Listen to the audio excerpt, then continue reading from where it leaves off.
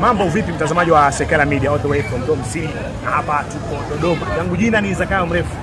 Ukiniita Zakayo Mrefu mmoja tu duniani haujakosea kabisa. Nikwambia leo na challenge moja hapa mtaani na niko maeneo ya chuo cha waandishi wa habari na utangazaji Dodoma. Dodoma kuhakikisha kwamba napata jibu la swali moja tu kwamba kwa mfano leo hawa wanafunzi akipewa Laki1 afanye biashara mpaka kufikia mwezi wa 12 mwaka huu 2026 atakuwa amefikisha shilingi ngapi?